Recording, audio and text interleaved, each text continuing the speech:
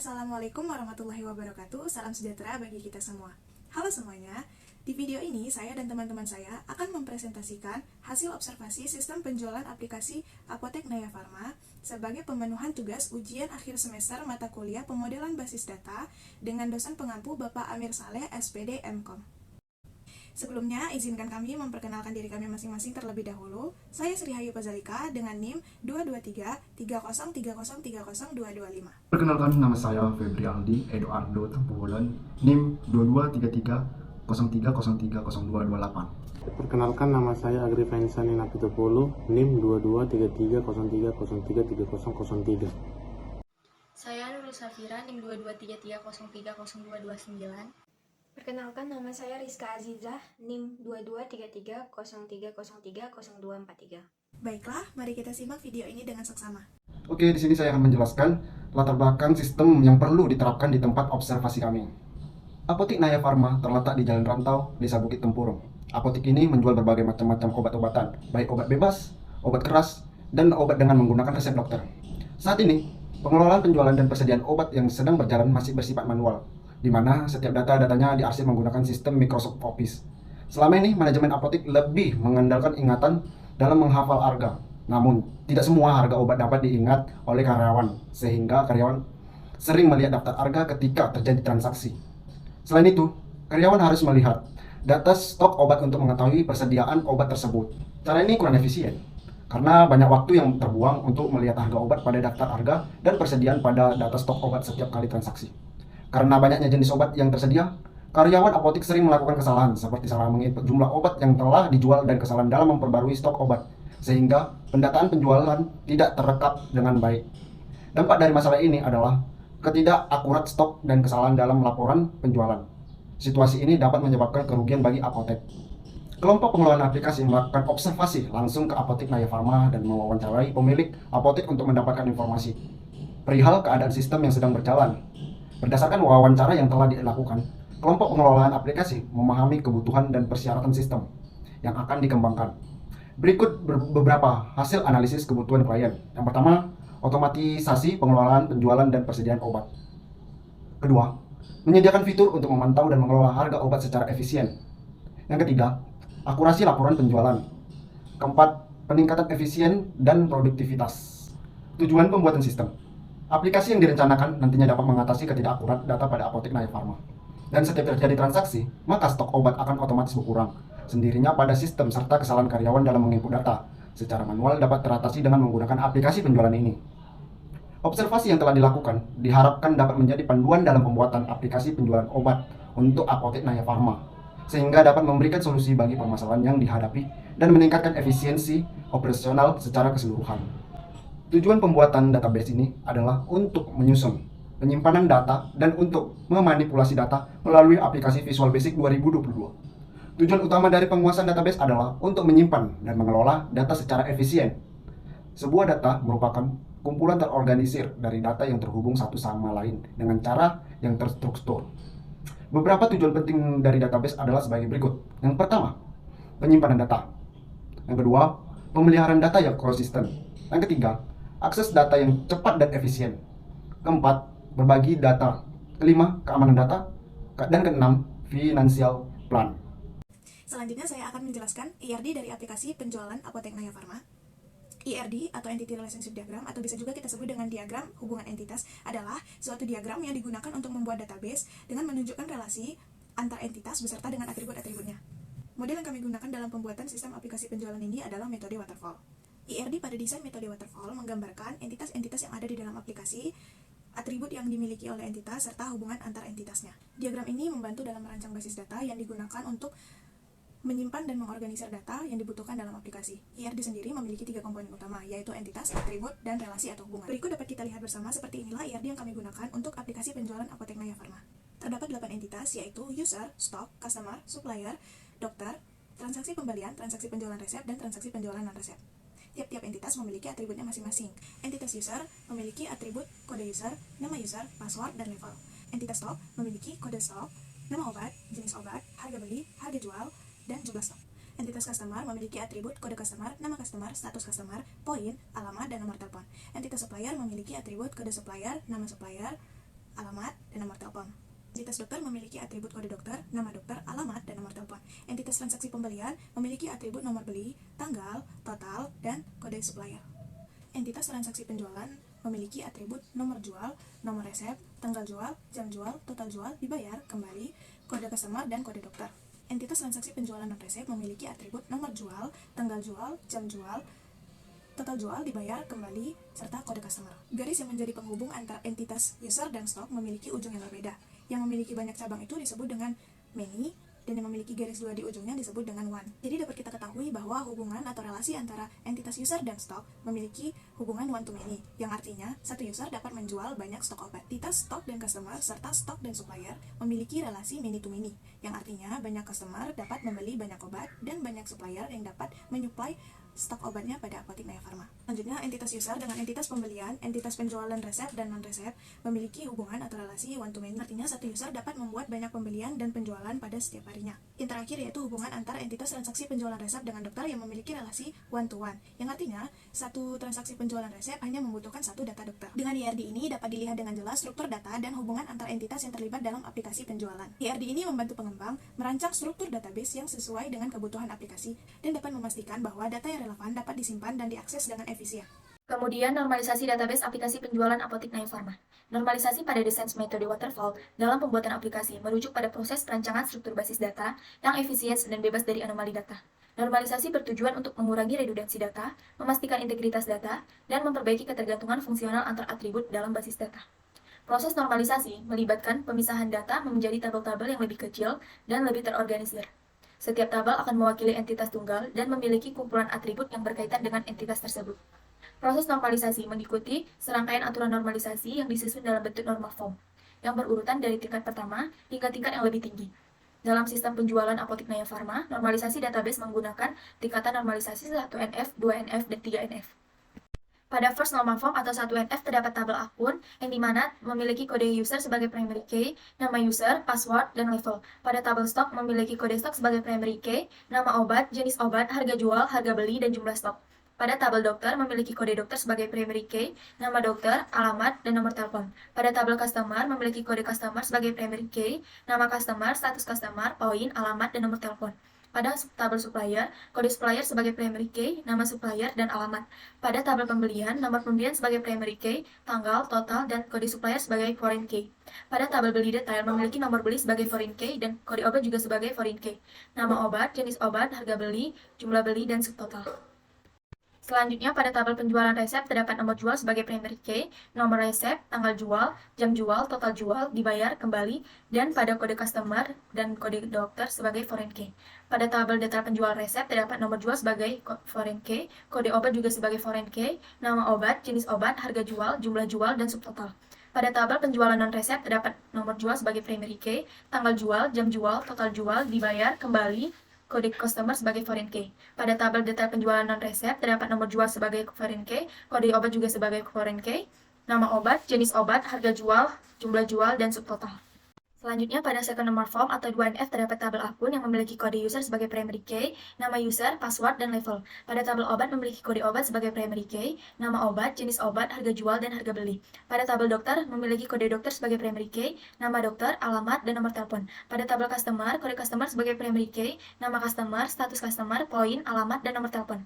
Pada tabel supplier memiliki ID supplier sebagai primary key, nama supplier, alamat, dan nomor telepon. Pada tabel pembelian, nomor beli sebagai primary key, tanggal, total, dan kode supplier sebagai foreign key. Pada tabel beli detail, nomor beli dan kode obat sebagai foreign key, kemudian nama obat, jenis obat, harga beli, jumlah beli, dan subtotal.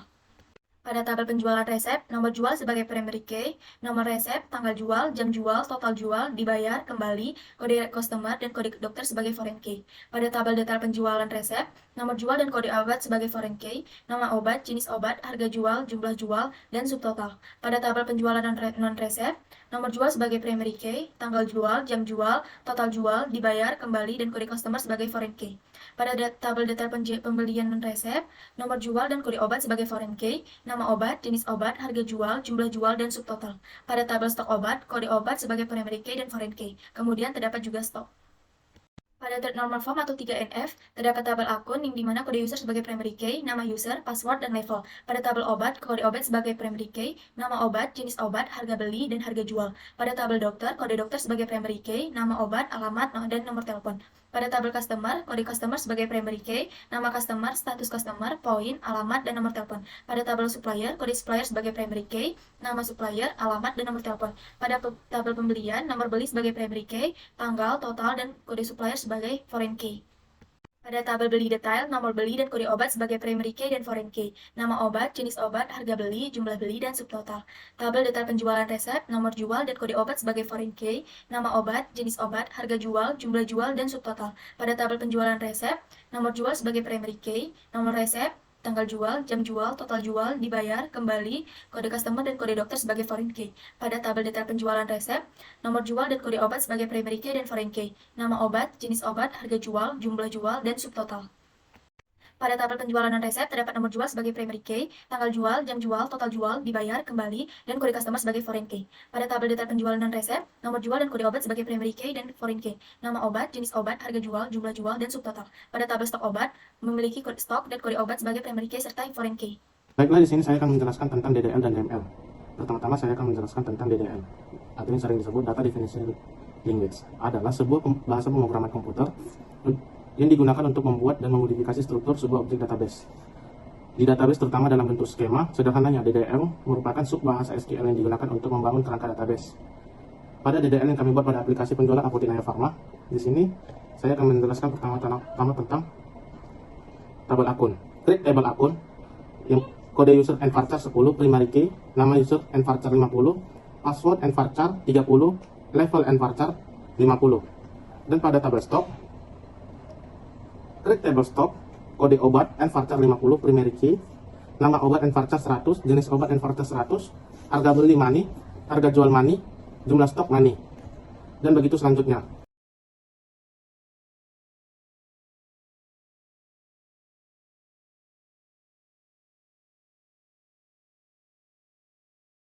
DML atau Data Manipulation Language merupakan subbahasa SQL yang digunakan untuk memanipulasi data dalam database yang telah dibuat. Definisi lainnya misalnya perintah untuk memilih data atau query, menyisipkan, mengubah, atau menghapus data dalam basis data. Bentuk manipulasi yang dapat dilakukan oleh DML diantaranya adalah untuk keperluan pencarian kembali data lama, penyisipan data baru, penghapusan data, dan pengubahan data. Yang pertama, menyisipkan data atau insert. Menyisipkan data ke tabel akun, query-nya insert into DBO akun, kode user, nama user, password, level. Values-nya kode user and varchar 10, nama user and varchar 50, password and varchar 30, level and varchar 50. Dan begitu juga untuk tabel-tabel berikutnya. Tabel stock, tabel config, tabel dokter, tabel customer, tabel supplier, tabel beli detail, tabel jualan resep, tabel jual non resep, detail jual non resep, dan detail jual resep. Dan pada pengambilan data atau select, di sini kami membuat pada tabel akun, mengambil data ke tabel akun, select kode user, nama user, password, level, from DBO akun, dan selanjutnya sama untuk pada stok, config, dokter, customer, supplier, pembelian, detail pembelian, penjualan resep, penjualan non resep, detail penjualan resep, dan detail penjualan non resep. Pada untuk memperbarui data atau update, di sini kami membuat update DBO akun, set kode user and varchar 10, nama user and varchar 50, password and varchar 30, level and varchar 50, where condition. Dan begitu selanjutnya untuk tabel stok, config, dokter, customer, supplier, pembelian, detail pembelian, penjualan resep, penjualan non resep, detail penjualan resep, detail penjualan non resep.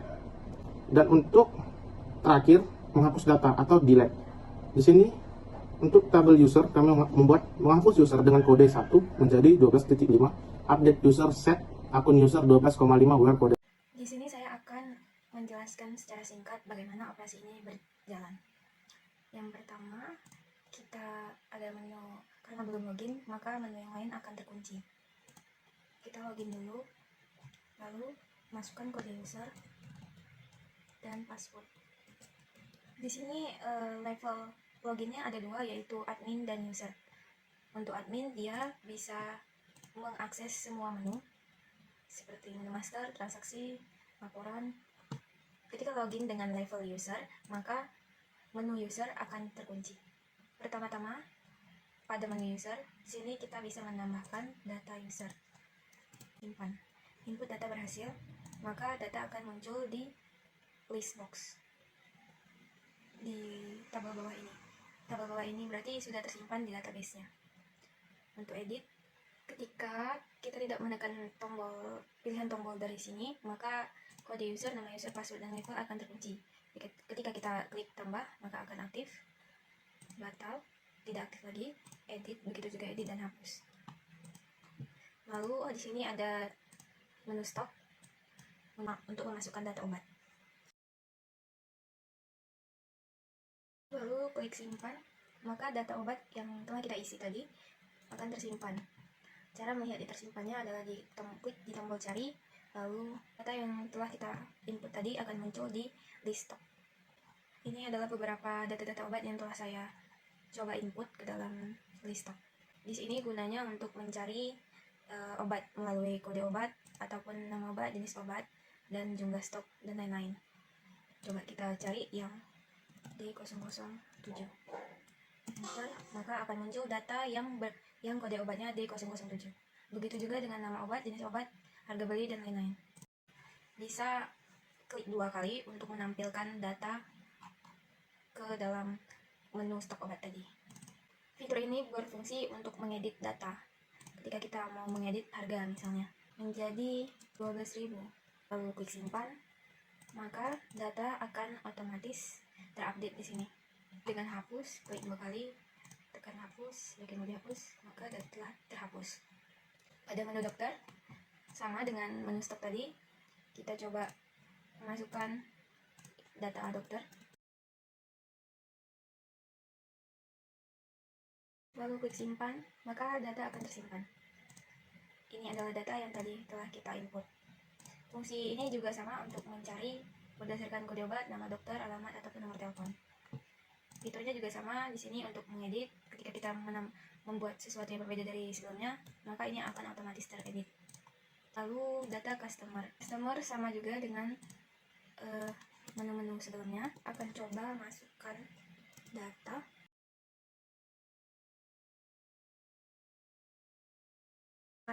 Lalu data telah tersimpan di database. Di sini adalah data yang telah kita input tadi. Klik 2 kali untuk mengedit ataupun menghapus data. Lalu ada menu supplier. Simpan, data telah tersimpan. Cari, lalu di sini adalah data yang telah kita input tadi. Di sini adalah tempat untuk mencarinya berdasarkan kode, nama, ataupun alamat. Klik 2 kali pada list untuk mengedit, simpan, maka data otomatis tersimpan, dan ketika klik hapus, data akan terhapus. Pembelian tampilannya seperti ini, dengan nomor beli otomatis dan kode supplier yang akan kita cari dengan menekan tombol cari. Otomatis tanggal hari ini, untuk menambahkan obat yang akan dibeli kepada supplier, kita akan cari di sini.